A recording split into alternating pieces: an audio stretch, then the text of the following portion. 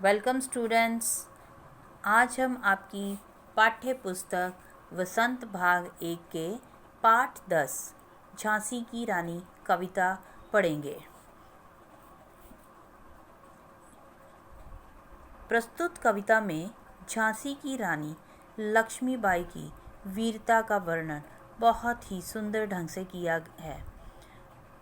इसकी कवित्री हैं सुभद्रा कुमारी चौहान जी। इसकी कवित्री कौन है?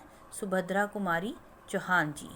उन्होंने इसमें रानी लक्ष्मीबाई की वीर गाथाओं का वर्णन बहुत ही सुंदर ढंग से किया है और प्रतंत्र यानी कि गुलाम भारत को फिरंगियों यानी कि अंग्रेज़ों से आज़ाद कराने के लिए क्षत्रियों ने एक होकर उन्हें भगाने का कैसे बीड़ा उठाया, ये इस कविता में दिखाया गया है। उसी का वर्णन इस कविता के माध्यम से कवित्री ने करने की कोशिश की है।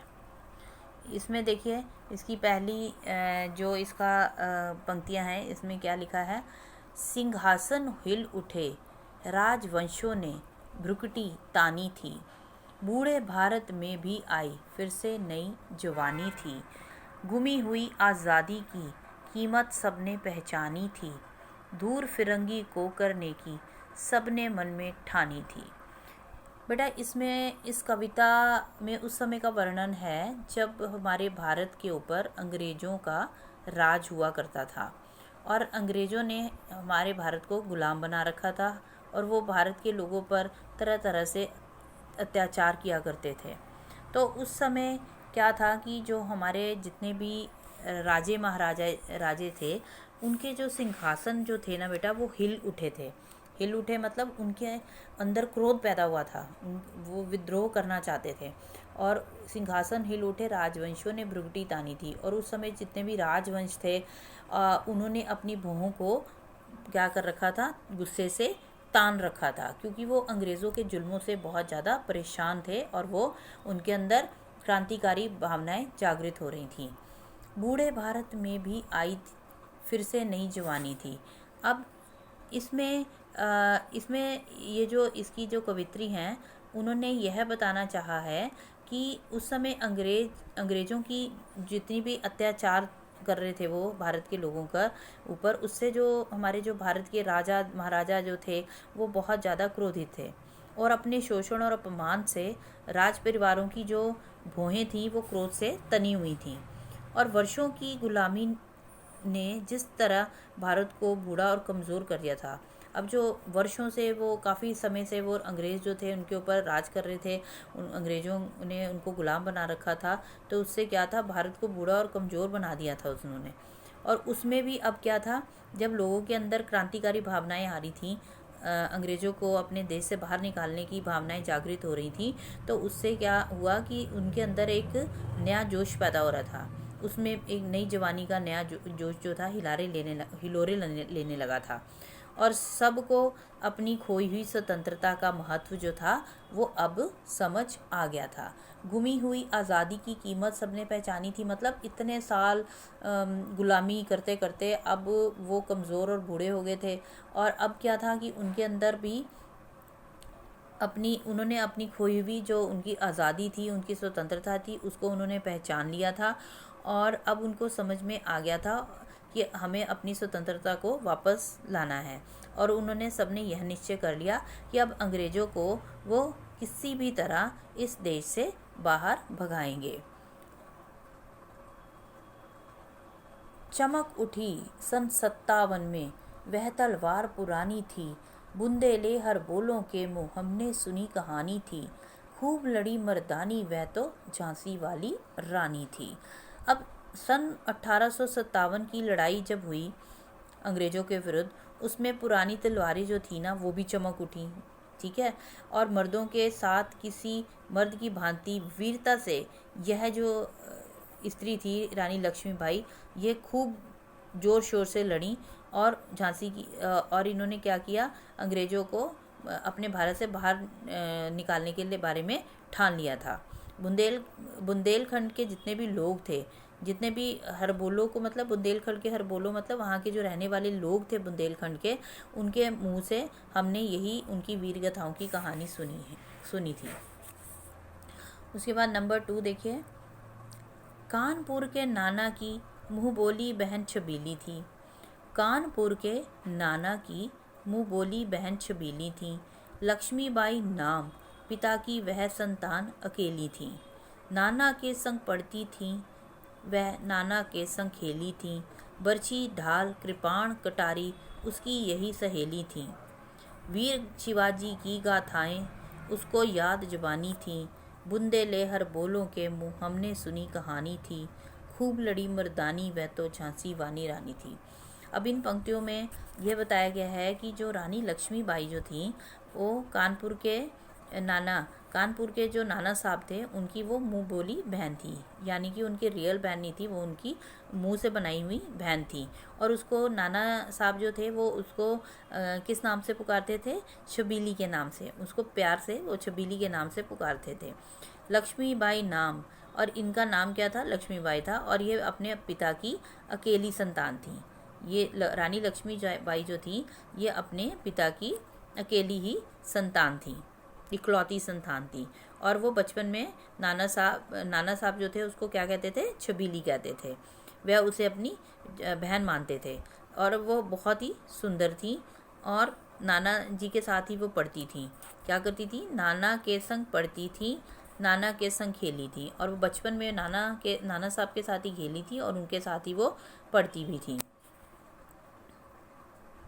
बरछी ढाल कृपाण कटारी उसकी यही सहेली थी। और ये जितने भी अस्त्र शस्त्र हैं ना, बरछी ढाल कृपाण कटारी, ये सब उनकी सहेलियां थी। वैसे बचपन में क्या होता है कि बचपन में लड़कियों की सहेलियां जो होती हैं वो लड़कियां होती हैं, लेकिन जो रानी लक्ष्मीबाई जो थी ना वो बचपन में उनकी और कोई ज़्यादा फ्रेंड्स नहीं थी। उनकी सहेलियाँ कौन थी? बरछी ढाल, मतलब ये युद्ध के अस्त्र शस्त्र जो थे यही उनकी फ्रेंड्स थी, यही उनकी सहेलियाँ थीं। वीर शिवाजी की गाथाएं, और लक्ष्मीबाई जो थी वो बचपन से ही जितने भी हमारे बड़े बड़े योद्धा हुए हैं, जितने भी हमारे भारत के वीर पुरुष हुए थे, वीर शिवाजी, उनकी जो कहानियाँ थी उनको मुँह जुबानी याद थी। बुंदेले हर बोलो के मुँह हमने सुनी कहानी थी। खूब लड़ी मर्दानी में तो झांसी वाली रानी थी। और बुंदेलखंड के हर बोले कहते हैं कि वह एक महान योद्धा थी और जो युद्ध में मर्दों की भांति लड़ी थी। उसके बाद नंबर 3 देखिए। नंबर 3 है, लक्ष्मी थी या दुर्गा थी वह स्वयं वीरता की अवतार। लक्ष्मी थी या दुर्गा थी वह स्वयं वीरता की अवतार। देख मराठे पुलकित होते उसकी तलवारों के वार। नकली युद्ध व्यू की रचना और खेलना खूब शिकार। सैन्य घेरना दुर्ग तोड़ना ये थे उसके प्रिय खिलवाड़। अब यहाँ पे इन पंक्तियों में ये बताया गया है कि जो रानी लक्ष्मीबाई थी, अब ये तय करना बहुत मुश्किल है कि रानी लक्ष्मीबाई जो थी वो लक्ष्मी की अवतार थी, दुर्गा की अवतार थी, या स्वयं वीरता की अवतार थी वो।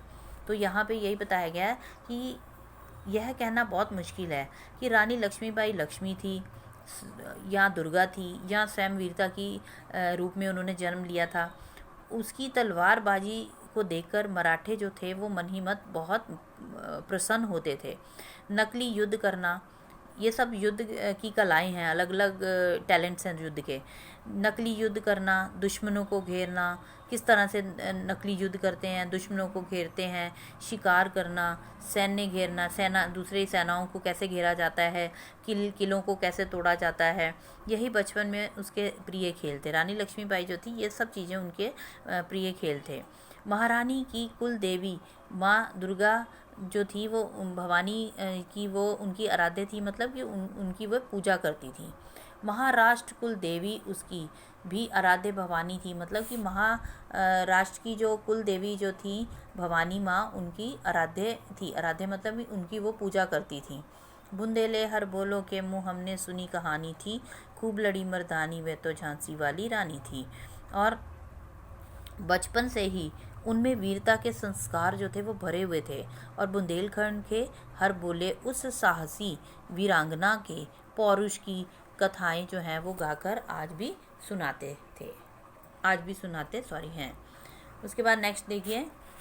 हुई वीरता की वैभव के साथ सगाई झांसी में, ब्याह हुआ रानी बन आई लक्ष्मीबाई झांसी में। राजमहल में बजी बधाई खुशियाँ छाई झांसी में। सुबट बुंदेलों की वृद्धावली सी वह आई झांसी में। चित्रा ने अर्जुन को पाया शिव से मिली भवानी थी। बूंदे ले हर बोलों के मुँह हमने सुनी कहानी थी। खूब लड़ी मर्दानी वह तो झांसी वाली रानी थी।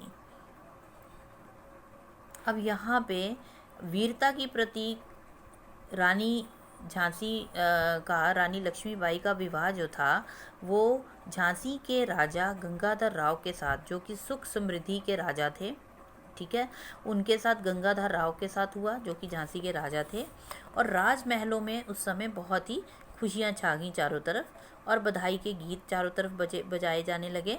और बुंदेलखंड के वीर योद्धाओं के यश का जो गीत सारी दुनिया गाती है, बुंदेलखंड के वीर योद्धाओं के यश का गीत जो सारी दुनिया गाती है, रानी लक्ष्मीबाई जो थी उस गीत को साक्षात करने के लिए महलों में आई थी। उसको मतलब साक्षात रूप में दिखाने के लिए वो झांसी के महलों में आई थी।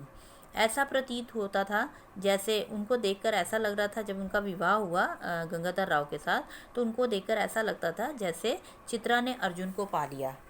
चित्रा कौन थी? अर्जुन की पत्नी थी। तो ऐसा लगता था उनको देखकर कि जैसे चित्रा ने अर्जुन को पा लिया और शिव जी ने पार्वती, भवानी किसको बोला गया यहाँ पे बेटा? पार्वती जी को, कि शिव जी ने भवानी को पा लिया। आज भी बुंदेलखंड के हर बोलों के मुख से हम उस साहसी रानी की कथा सुनते हैं कि जिसने पुरुषों को भी कड़ी टक्कर दी थी। उसके बाद नेक्स्ट देखिए नंबर 5। उदित हुआ सौभाग्य मुदित महलों में उजियाली छाई। उदित हुआ सौभाग्य मुदित महलों में उजियाली छाई। किंतु काल गति चुपके चुपके काली घटा घेर लाई। तीर चलाने वाले कर में उसे चूड़ियाँ कब भाई। रानी विधवा हुई हाय विधि को भी नहीं दया आई। निस्संतान मरे राजा जी रानी शोक समानी थी। बुंदे ले हर बोलों के मुँह हमने सुनी कहानी थी। खूब लड़ी मर्दानी वह तो झांसी वाली रानी थी। अब यहाँ पे रानी लक्ष्मीबाई के जीवन के बारे में बताया है कि जब उनका विवाह गंगाधर राव के साथ हुआ तो उनका जो सौभाग्य था वो जाग उठा। उदित हुआ मतलब कि उनका जो सौभाग्य था वो जाग उठा, खुशियाँ उनके जीवन में आईं। मुदित महलों में उजियाली छाई, और क्या हुआ कि महलों के अंदर चारों तरफ खुशहाली छा गई। लेकिन भाग्य को ये सब मंजूर नहीं हुआ। और क्या हुआ, धीरे धीरे समय का चक्र घूमा, काल गति घूमी, मतलब समय का चक्र घूमा और धीरे धीरे काली घटाएं जो थी उन्होंने उनको चारों तरफ से उनके जीवन को घेर लिया और उनके जीवन में अंधकार छा गया। और तीर कमान चलाने वाले जो उनके हाथ थे, ऐसा लगता था उस समय देखकर ऐसा लगता था कि तीर कमान चलाने वाले जो हाथों में भाग्य को सुहाग की चूड़ियाँ जो थी वो अच्छी नहीं लगी थी। राजा जी जो थे वो निसंतान ही चल बसे, मतलब राजा जो थे गंगाधर राव जो थे, मतलब इस समय जो उनके सौभाग्य को देखकर ऐसा, उनके जो भाग्य जो था उसको ये सब पसंद नहीं आया और खुशियाँ उनकी रास नहीं आई। और उनको भाग्य को ये अच्छा नहीं लगा कि उनके हाथ में जो तीर कमान चलाने वाले जो हाथ थे उसके अंदर, मतलब उनको देख के ऐसा महसूस होता, उस समय देखकर ऐसा लग रहा था सब कुछ कि जैसे भाग्य को उनके हाथों में चूड़ियाँ जो थी वो सुहाग की अच्छी नहीं लग रही थी, क्योंकि उनके हाथ जो थे तीर कमान चलाने वाले थे। और रानी जो थी वो विधवा हो गई और विधि को भी उन पर दया नहीं आई, मतलब कि भगवान को भी उनके ऊपर दया नहीं आई। निस्संतान मरे राजा जी, और अभी उनकी कोई संतान नहीं हुई थी तो निस्संतान ही मर गए उनके पति जो थे गंगाधर राव राजा जो थे। और शोक समानी थी, और अब रानी जो थी वो शोक के अंदर पूरी तरह से डूब गई। बुंदेले हर बोलों के मुँह हमने सुनी कहानी थी। खूब लड़ी मर्दानी वह तो झांसी वाली रानी थी। बुंदेलखंड के हर बोलों के मुंह से हमने उस वीरांगना और साहसी रानी की कथा सुनी है। उसके बाद नंबर 6 देखिए पैरा। बुझा दीप झांसी का तब डलहौजी मन में हर्षाया। राज्य हड़प करने का उसने यह अच्छा अवसर पाया। फौरन फौजें भेज दुर्ग पर अपना झंडा फहराया। लावारिस का वारिस बनकर ब्रिटिश राज्य झांसी आया। अश्रुपूर्ण रानी ने देखा झांसी हुई वीरानी थी। बुंदेले हर बोलो के मुख हमने सुनी कहानी थी। खूब लड़ी मर्दानी वह तो झांसी वाली रानी थी। अब यहाँ पे ये बताया गया है कि जिस समय राजा गंगाधर राव उनके पति की मृत्यु हो गई, रानी झांसी के पति गंगाधर राव की मृत्यु हो गई, तो उस समय ऐसा लग रहा था कि जैसे झांसी का जो दीप था जो वो बुझ गया था। और डलहौजी जो था उस समय का जो अंग्रेज अफसर डलहौजी था वो अपने मन में बहुत अधिक खुश हुआ। उसने जब यह समाचार सुना तो वो अपने मन में बहुत अधिक खुश हुआ। उसने समझा कि अब ये राज्य को हथियाने का बहुत ही अच्छा, मतलब झांसी के राज्य को हथियाने का बहुत अच्छा अवसर है, मौका है। उसने तुरंत ही अपनी सेनाएं भेजी और झांसी के किले पर अपना झंडा फहरा दिया और स्वयं को उस राज्य का अधिकारी घोषित कर दिया, जिसका कि कोई उत्तराधिकारी, क्योंकि उस समय राजा की मृत्यु होने के बाद राजा की कोई संतान तो थी नहीं, तो इस समय राजा की जो राजगद्दी थी उसका उत्तराधिकारी तो था नहीं, तो इसलिए उसने क्या करा, अपना झंडा फहरा दिया वहाँ पर किले पर, झांसी के किले पर, और अपने आप को उसने उस राज्य का अधिकारी घोषित कर दिया, जिसका कोई अधिक उत्तराधिकारी नहीं था। और आंखों में आंसू भरे हुए रानी ने यह सब कुछ देखा और उसे बहुत दुख हुआ कि उसकी जो झांसी थी वो अब उसके लिए पराई हो गई थी और वहाँ अजीब सी उदासी छा गई चारों तरफ। बुंदेले हर बोलो के मुंह से हमने यह कहानी सुनी है कि उस हिम्मत वाली रानी ने जमकर दुश्मनों से लड़ाई की थी। उसके बाद नंबर 7 देखिए। नंबर 7 है, अनुनय विनय नहीं सुनता है, विकट फिरंगी की माया, व्यापारी बन दया चाहता था जब यह भारत आया। डलहौजी ने पैर पसारे, अब तो पलट गई काया, राजाओं नवाबों को भी उसने पैरों ठुकराया। रानी दासी बनी यह दासी अब महारानी थी। बुंदेले हर बोलो के मुँह हमने सुनी कहानी थी। खूब लड़ी मर्दानी वह तो झांसी वाली रानी थी। अब इस पैराग्राफ में आपको ये बताया गया बेटा कि राजा की जो अंग्रेज़ों की जो चालाकियाँ थीं, उस समय जब राजा की मृत्यु हो गई तो अंग्रेज़ जो थे वो जो भारत आए थे तो वो बहुत व्यापार करने आए थे, लेकिन वो अपनी चालाकियों से उन्होंने भारत के ऊपर काफ़ी राज्यों के ऊपर कब्जा कर लिया था। तो अंग्रेज़ों की चालाकियों को समझना बहुत ही कठिन था। वे किसी की भी अनुनय विनय मतलब किसी की भी प्रार्थना को स्वीकार नहीं करते थे। मतलब उनको रानी झांसी जो थी वो विधवा हो गई थी, तो इस मतलब किसी की भी वो मतलब किसी के ऊपर दया नहीं करते थे, किसी की प्रार्थना को नहीं सुनते थे। जब वह व्यापारी बनकर भारत आए थे तो उन्होंने हमसे दया मांगी थी। जब वो हमारे भारत के अंदर जो था वो क्या करने आए थे, बिजनेस करने आए थे, व्यापार करने आए थे, और उन्होंने हमारे से दया मांगी थी। लेकिन अब डलहौजी ने क्या किया कि देश में अपना राज्य विस्तार आरंभ कर दिया। धीरे धीरे डलहौजी ने अपने भारत के ऊपर अपने पैर पसारने शुरू कर दिए और धीरे धीरे राज्य विस्तार आरंभ कर दिया। मतलब राज्यों के ऊपर उसने अपना कब्जा करना शुरू कर दिया। उनका स्वरूप बदल गया था। राजाओं और नवाबों को भी वह अपने पैरों की धूल के समान समझने लगा। जितने भी भारत के अंदर राजा महाराजा थे और नवाब थे उनको वह अपने पैरों की धूल समझने लगा था। नवाबों और राजाओं की जो रानियां थीं, जो राजे और जितने भी राजे थे और यहाँ के नवाब जो थे उनकी जितनी भी रानियां थीं वो सबको क्या हो गया, वो सबकी दासी बन गई थी। और अंग्रेज़ महिलाएं जितनी भी थी, अंग्रेज़ों की जितनी भी महिलाएं जो थीं, उनकी जो स्त्रियां थीं वो महारानी बनती चली जा रही थी। बुंदेले हर बोलो के मुख से हमने लक्ष्मीबाई की वीरता की कहानियाँ सुनी हैं। उसके बाद नंबर 8 देखिए। नंबर 8 है, छीनी राजधानी दिल्ली की, लिया लखनऊ बातों बात, कैद पेशवा था बिठुर में, हुआ नागपुर का भी घात, उदयपुर तंजौर संतारा, कर्नाटक की कौन बिसात, जबकि सिंध पंजाब ब्रह्मा पर अभी हुआ था ब्रज निपात, बंगाले मद्रास आदि की भी तो यही कहानी थी। बुंदेले हर बोलो के मुख हमने सुनी कहानी थी। खूब लड़ी मर्दानी वो तो झांसी वाली रानी थी। अब यहाँ पे इस पंक्तियों में इन पंक्तियों में ये बताया गया है कि अंग्रेज़ों ने क्या किया कि दिल्ली की राजधानी को छीन लिया। दिल्ली किसको बोला गया है, दिल्ली की राजधानी को उन्होंने छीन ली और देखते ही देखते लखनऊ पर भी अपना अधिकार किया। और देखते लखनऊ बातों बातों मतलब देखते देखते उन्होंने लखनऊ को पर भी अपना अधिकार कर लिया। और उन्होंने जो पेशवा जी थे, पेशवा को उन्होंने क्या किया, पेशवा को बिठूर में कैद कर दिया, उनको बंदी बना दिया। नागपुर पर भी धोखे से उन्होंने अधिकार कर लिया। उदयपुर, तंजौर, सतारा और कर्नाटक की भी उनके सामने कोई हैसियत नहीं थी। अब इन सारे जितने राज्य थे भारत के, धीरे धीरे करके उनके ऊपर अपना कब्जा करना शुरू कर दिया उसने।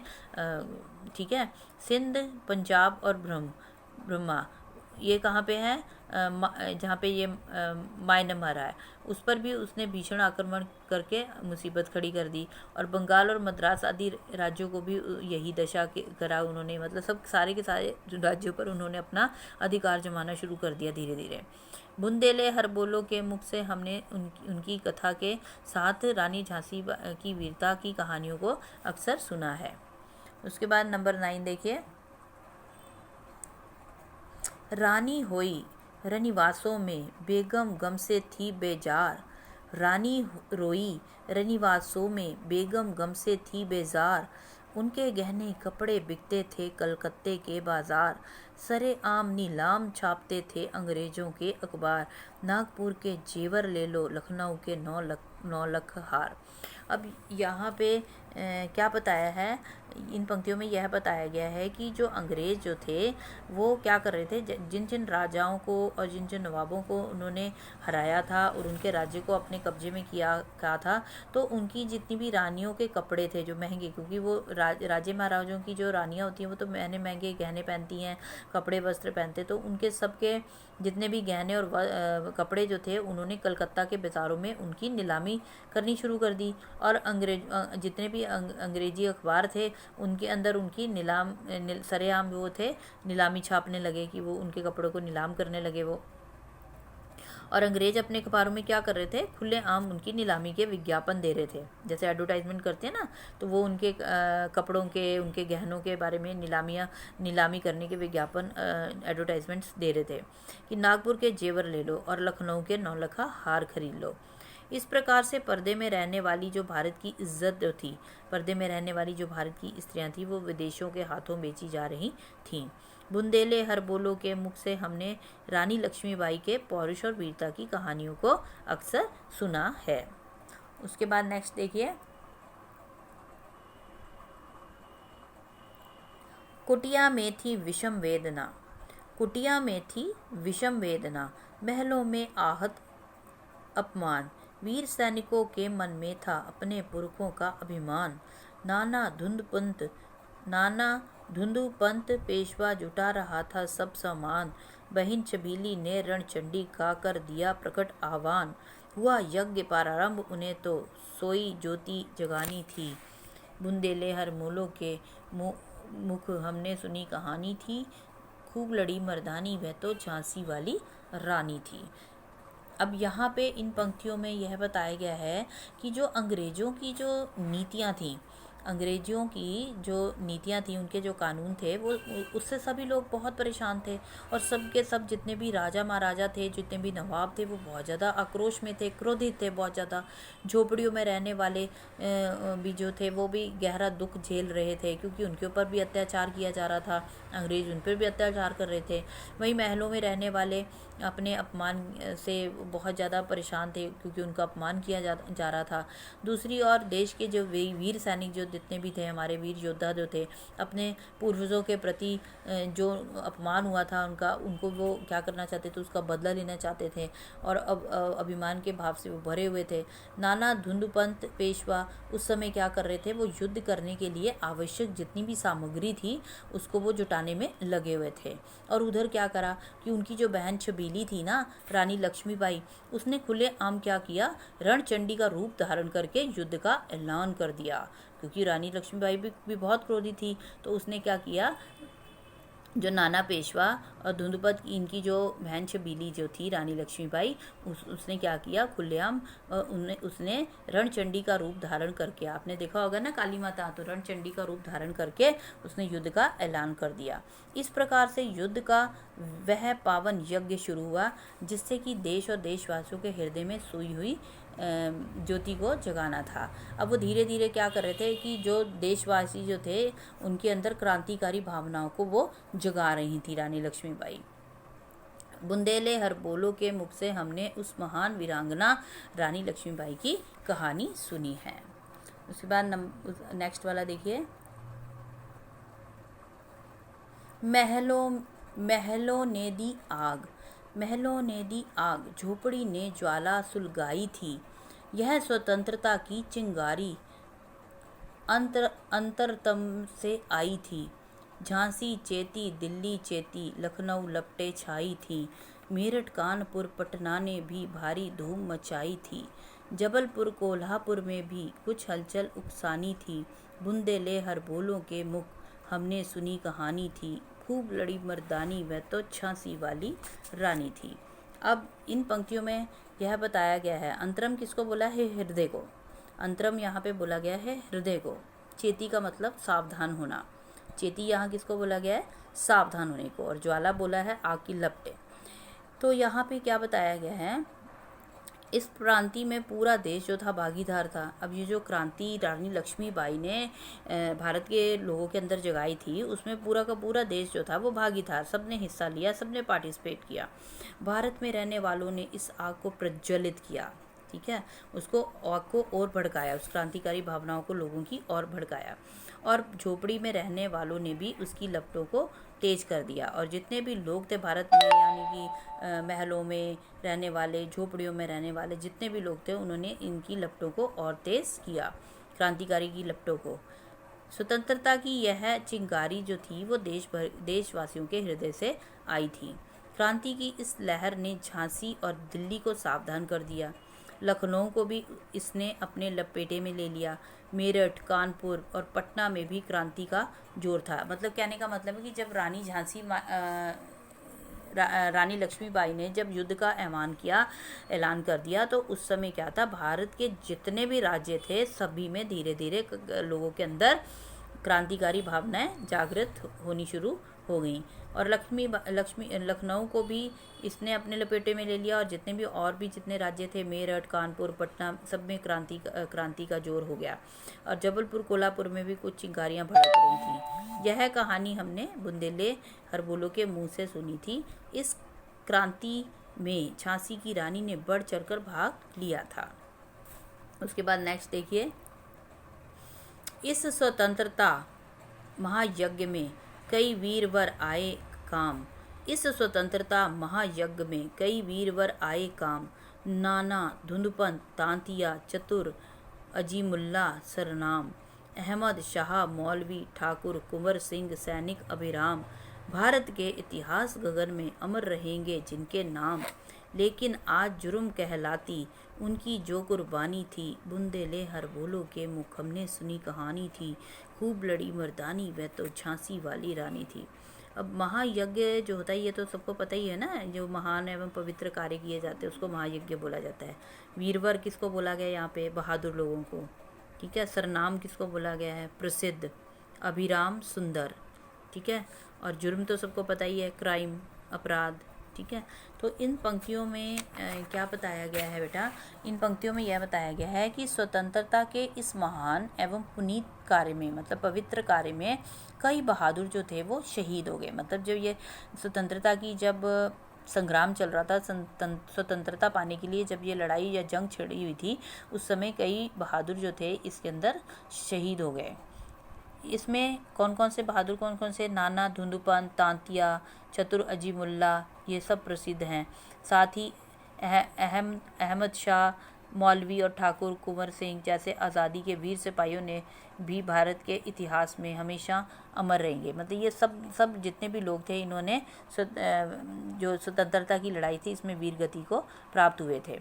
परंतु इसका यह बलिदान उस समय अंग्रेज़ों की नज़र में अपराध था।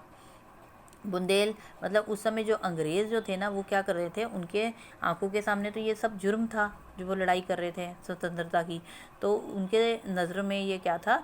ये अपराध था। बुंदेले हर बोलो ने हमें यह कथा सुनाई थी कि जिसमें रानी लक्ष्मीबाई मर्दाने रूप में अंग्रेज़ों से डटकर लड़ी थी। उसके बाद नेक्स्ट देखिए, इनकी गाथा छोड़ चले, उसके बाद नेक्स्ट क्या है, इनकी गाथा छोड़ चले हम झांसी के मैदानों में, जहाँ खड़ी है लक्ष्मीबाई मर्द बनी मर्दानों में। लेफ्टिनेंट वॉकर आ पहुंचा, आगे चढ़ा जवानों में, आगे बढ़ा जवानों में। रानी ने तलवार खींच ली, हुआ द्वंद्व आसमानों में। जख्मी होकर वाकर भागा, उसे अजब हैरानी थी। बुंदेले हर बोलो के मुख, हमने सुनी कहानी थी। खूब लड़ी मर्दानी, वह तो झांसी वाली रानी थी। यहाँ पे द्वंद्व किसको बोला गया बेटा? युद्ध करने को। द्वंद्व बोला है युद्ध करने को। और गाथा तो पता ही है सबको, कहानी। अब जब स्वतंत्रता संग्राम जब चल रहा था तो अन्य वीरों की कहानी छोड़कर अब हम झांसी के युद्ध के मैदान में चलते हैं। अब वो क्या कह रहे हैं कि अब इन सब जितने भी स्वतंत्रता संग्राम में जितने भी वीरों ने वीरगति को प्राप्त किया, अब इनकी सबकी कहानी को छोड़कर अब हम झांसी के युद्ध के मैदान में चलते हैं, जहाँ पे रानी लक्ष्मीबाई जो थी वो मर्दानों की तरह लड़ रही थी, मर्दों जैसे लड़ रही थी। यहाँ लक्ष्मीबाई पुरुषों के बीच किसी वीर पुरुष की भांति खड़ी थी वो। उसी समय लेफ्टिनेंट वॉकर युद्ध के लिए वहाँ पे आ पहुँचा। उस समय का जो अफसर था लेफ्टिनेंट वॉकर जिसका नाम था, वो युद्ध करने के लिए वहाँ पे रानी लक्ष्मीबाई के सामने आ पहुँचा और सैनिकों के बीच में से आगे बढ़ने लगा। रानी ने भी तलवार खींच ली और उन दोनों के बीच घमासान युद्ध होने लगा, जो पूर्णतः आसमान में थे, मतलब पूर्णतः आसमान थे, मतलब कि जो उनकी तलवारबाजी हुई वो आसमान में वो सब नजर आने लगी। रानी लक्ष्मीबाई की वीरता के सामने वॉकर टिक नहीं सका और घायल होकर हतप्रभ सा भाग गया और वो वहाँ से मैदान छोड़कर भाग गया। बुंदेले हरबोलो के मुख से हमने यह इस वीरांगना मतलब रानी लक्ष्मीबाई को बोला गया वीरांगना, वीरों की तरह वो लड़ी, वीर स्त्री थी वो, वीरांगना के पौरुष की कथा सुनी है जो जमकर अंग्रेजों से लड़ी थी। उसके बाद देखिए बेटा ये लास्ट पैराग्राफ क्या है, रानी बड़ी कालपी आई, रानी बड़ी कालपी आई, कर 100 मील निरंतर पार, घोड़ा थक कर गिरा भूमि पर, गया स्वर्ग तत्काल सिधार। यमुना तट पर अंग्रेजों ने फिर खाई रानी से हार, विजय रानी आगे चल दी, किया ग्वालियर पर अधिकार। अंग्रेजों ने मित्र सिंधिया ने छोड़ी राजधानी थी, बुंदेलहर बोलो के मुख हमने सुनी कहानी थी। खूब लड़ी मर्दानी, वह तो झांसी वाली रानी थी। अब यहाँ पे ये बताया गया है इन पंक्तियों में कि रानी निरंतर युद्ध करते करते वो आगे की ओर बढ़ती जा रही थी और अब वो कहाँ पे गई, कालपी पहुँच गई। युद्ध रानी आगे बढ़ी और लगातार 100 मील तक घोड़ा चलाते दौड़ाते दौड़ाते वो कालपी पहुँच गई। घोड़ा जो था अब वो बहुत थक चुका था और वो थक कर क्या हुआ, ज़मीन पर गिर गया और वो उसकी मृत्यु हो गई। और यमुना के किनारे पर रानी ने फिर से अंग्रेजों को हराया। विजय होकर वह आगे बढ़ी और फिर उसने क्या किया, ग्वालियर पर भी अपना अधिकार कर लिया। यहाँ के ग्वालियर के उस समय राजा कौन थे, सिंधिया राजा थे वहाँ पे। वो भी उन्होंने क्या किया, वो भी अंग्रेजों के साथ जाके मिल गए। वो क्या बन गए, वो देशद्रोही बन गए और वो उन्होंने अंग्रेजों का साथ दिया। वे अपनी राजधानी छोड़कर भाग खड़े हुए और बुंदेलों के हर बोलो के मुख से हमने वीरतापूर्व लड़ने वाली रानी लक्ष्मीबाई की कहानी को अक्सर सुना है। उसके बाद देखिए बेटा विजय मिली। उसके बाद नेक्स्ट पैराग्राफ क्या है, इसका नेक्स्ट पंक्तियाँ क्या हैं, विजय मिली पर अंग्रेजों की फिर सेना घिर आई थी। अब के जनरल स्मिथ सम्मुख था, उसने मुक्की खाई थी। कान्हा और मंथरा सखियां रानी के संग आई थीं। युद्ध क्षेत्र में उन दोनों ने भारी मार मचाई थी। पर पीछे ह्यूरोज आ गया, हाय खिरी अब रानी थी। बुंदेलहर बोलो के मुख हमने सुनी कहानी थी। खूब लड़ी मर्दानी, वह तो झांसी वाली रानी थी। अब बेटा इन पंक्तियों में उस समय का वर्णन किया गया है कि जो रानी थी वो पीछे से विजय होकर आगे बढ़ती जा रही थी और अंग्रेजों की सेना ने क्या किया, आखिर उसको घेर लिया। इस बार उसका सामना किससे हुआ, जनरल स्मिथ के साथ। अब उससे जनरल स्मिथ के साथ युद्ध करना था, जिसे उन्होंने परास्त भी कर दिया। रानी लक्ष्मीबाई ने जनरल स्मिथ को भी हरा दिया और रानी के साथ उनकी सहेलियां इस बार कान्हा और मंथरा भी युद्ध क्षेत्र में लड़ाई कर रही थीं। युद्ध के मैदान में उन दोनों को भी भारी, उन दोनों रानी की जो दोनों सहेलियां थीं कान्हा और मंत्रा, उन्होंने खूब धूम मचाई थी और तबाही खूब मचाई थी। लेकिन तभी पीछे से हीरोज आ गया और रानी चारों ओर से दुश्मनों से घिर गई। एक और अंग्रेज सैनिक आ गया और अब रानी जो थी वो चारों तरफ से दुश्मनों से घिर गई थी। बुंदेले हरबोलो के मुख से हमने उसकी वीरांगना रानी लक्ष्मीबाई की कहानी सुनी थी कि वह अंग्रेजों के साथ मर्दानगी के साथ लड़ी थी। उसके बाद देखिए बेटा, तो भी रानी मार काट कर चलती बनी सैन्य के पार। तो भी रानी मार काट कर चलती बनी सैन्य के पार, किंतु सामने नाला आया था, यह संकट विषम अपार। घोड़ा अड़ा नया घोड़ा था, इतने में आ गए सवार। रानी एक शत्रु बहुतेरे, होने लगे वार पर वार।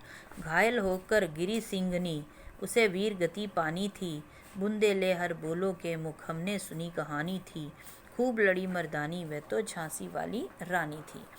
अब यहाँ पे इन पंक्तियों में बेटा बताया गया है, रानी जो थी वो क्या कर रही थी, अंग्रेज़ों की सेना से घिरी होने पर भी रानी ने अंग्रेज़ों के बीच भारी मारकाट मचाई हुई थी। मतलब चारों तरफ से अंग्रेज़ों की सेना ने उसे घेरा हुआ था रानी लक्ष्मीबाई को, लेकिन फिर भी वो बहुत ही मर्दानगी के साथ लड़ रही थी और उन्होंने अंग्रेज़ों के बीच भारी मारकाट मचाई हुई थी और शत्रु सेना को पार करके वह आगे बढ़ती जा रही थी। तभी सामने एक नाला आया। इस विपत्ति को पार करना अत्यंत कठिन हो गया। अब जो मुसीबत की घड़ी आ गई थी, उनके लिए बहुत अधिक कठिन समय आ गया था और इस समय उनका जो घोड़ा था, उनका जो अपना घोड़ा था, वो तो उसकी तो मृत्यु हो गई थी, तो अब ये घोड़ा भी नया था। तो अब ये नया घोड़ा होने की वजह से वह जो था वो नाला पार करने के लिए अड़ गया। ठीक है, इतनी देर में अंग्रेज घुड़सवार जो थे वहां आ पहुंचे। अकेली रानी को देखकर अनगिनत शत्रुओं ने उनको घेर लिया और वार पर वार कर दिए और अंततः शेरनी के समान लड़ते हुए ये वीरांगना जो थी ये घायल होकर नीचे गिर गई। इनको यहाँ पे रानी लक्ष्मीबाई को सिंघनी के समान बताया गया है कि सिंघनी के समान लड़ते लड़ते वो आखिर में घायल होकर गिर गई। उसे देश के लिए शहीद होना ही था।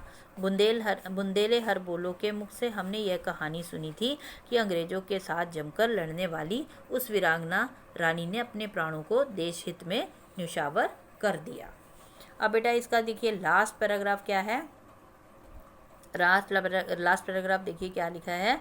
रानी गई सिधार, चिता अब उसकी दिव्य सवारी थी। मिला तेज से तेज की वह सच्ची अधिकारी थी। अभी उम्र कुल 23 की थी, मनुज नहीं अवतारी थी। हमको जीवित करने आई, बन स्वतंत्रता नारी थी। दिखा गई पथ सिखा गई हमको, जो सीख सिखानी थी। बुंदे हरबोलों के मुख हमने सुनी कहानी थी। खूब लड़ी मर्दानी, वह तो झांसी वाली रानी थी। तो अब यहाँ पे बेटा ये बताया गया है, लास्ट में ये बताया गया है, दिव्य किसको बोला गया है? अलौकिक, इस लोक की नहीं है। ठीक है, और अवतारी जो है वो ईश्वर का रूप बोलते हैं। अवतार किसको बोलते हैं? ईश्वर का रूप जिसने धारण किया हो। ठीक है, अंत में रानी लक्ष्मीबाई को मृत्यु प्राप्त हो गई और चिता पर भी उसकी अलौकिक यात्रा निकली। और चिता जब उसकी निकली तो वो भी एक अलौकिक यात्रा थी। ठीक है ना, अलौकिक किसको बोला गया यहाँ पे? अलौकिक बोला गया है यहाँ पे दिव्य जो थी उसकी जो यात्रा जो थी, उसकी जो चिता लेके जा रहे थे वो भी एक अलौकिक यात्रा थी। उनका तेज जो था वो अग्नि के तेज के अंदर मिल गया। वह सभी अर्थों में तेज की अधिकारी थी। मात्र 23, उनकी उम्र कितनी थी? 23 वर्ष की उम्र थी उनकी उस समय जब वीरगति को वो प्राप्त हुई। उसने जो किया वह कोई साधारण मनुष्य नहीं कर सकता। वह अवश्य ही ईश्वर का कोई ना कोई अवतार थी। स्वतंत्रता की देवी बनकर वह हमारे सोए हुए मस्तिष्क को जगाने आई थी। वह हमें रास्ता दिखाकर चली गई, हमें जो शिक्षा देनी थी देकर चली गई। और हम जो थे, जो भारतवासी जो इतने समय से जो थे वो गुलामी की जंजीरों में जकड़े हुए थे, सबके अंदर वो क्रांतिकारी भावनाएं जाकर हमारे अंदर जगा गई थी। बुंदेले हरबोलों के मुख से हमने उस महान नारी की कथा सुनाई थी जो बड़ी ही मर्दानी के साथ लड़ी थी। उसके बाद लास्ट में देखिए बेटा, लास्ट पैराग्राफ है, जाओ रानी याद रखेंगे हम कृतज्ञ भारतवासी, यह तेरा बलिदान जगावेगा स्वतंत्रता अविनाशी, होवे चुप इतिहास लगे सच्चाई को चाहे फांसी, हो मत माती विजय मिटा दें गोलों से चाहे फांसी झांसी, तेरा स्मारक तू ही होगी, तू खुद अमिट निशानी थी, बुंदेलहर बोलो के मुख हमने सुने कहानी थी, खूब लड़ी मर्दानी वह तो झांसी वाली रानी थी। अब यहाँ पे जो कवित्री सुभद्रा कुमारी चौहान हैं, कृतज्ञ किसको बोला गया बेटा? उन्होंने कृतज्ञ बोला गया उपकार को मानने वाले, मतलब कि कवित्री जो हैं उन्होंने रानी के प्रति अपने श्रद्धा के भाव प्रकट किए हैं, उन्होंने अपने श्रद्धा के भावों को अर्पित किया है रानी लक्ष्मीबाई के लिए कि हम भारतवासी तुम्हारे इस उपकार को कभी नहीं भूलेंगे कि तुमने हमारे लिए स्वतंत्रता, हमारे देश को स्वतंत्रता दिलाने के लिए क्या किया, तुमने अपना बलिदान दे दिया और तुम्हारा ये बलिदान कभी भी मिटने वाली स्वतंत्रता की भावना को क्षण देगा। भले ही इस इतिहास में तुम्हारे विषय में कुछ भी ना लिखा जाए, तुम्हारी सच्चाई को मिटाने के लिए प्रयास किए जाएं, विजय में मस्त अंग्रेज भले ही गोलों से झांसी का निशान मिटा दें, लेकिन तू स्वयं कभी न मिटने वाली निशानी है रानी लक्ष्मीबाई। तेरा कोई स्मारक बने या ना बने, तू स्वयं ही अपना स्मारक है। मतलब तुम्हारे बारे में चाहे लोगों को स्मारक बनाया जाए, मतलब जैसे स्मारक बनाया जाए, एक तुम्हारा कोई स्टैचू बने ना बने, लेकिन तुम जो हो, तुम्हारी यादगार में कोई मॉन्यूमेंट बने ना बने, लेकिन तुम जो हो स्वयं ही अपना एक स्मारक हो, क्योंकि तेरी वीरता और तेरी गाथाएं जो हैं वो अतुलनीय हैं, उनकी तुलना नहीं की जा सकती किसी के साथ। अर्थात हम तुम्हारे इस बलिदान के लिए हमेशा तुम्हारे आभारी रहेंगे। लक्ष्मीबाई की वीरता की यह कथा हमने बुंदेलखंड के हर बोलों के मुख से सुनी थी। तो ये थी बेटा आपकी कविता की व्याख्या। अब आप इस कविता को बेटा अच्छे से पढ़ लेंगे, ठीक है? इस कविता को अच्छे से पढ़ेंगे और आपको ये कविता जो है बहुत अच्छी है कविता, इसको आप थोड़ी सी कविता को आप चाहे याद भी कर सकते हैं बेटा। और अब मैं कल इसका आपको मैं शब्दार्थ और प्रश्न उत्तर करा दूँगी। धन्यवाद।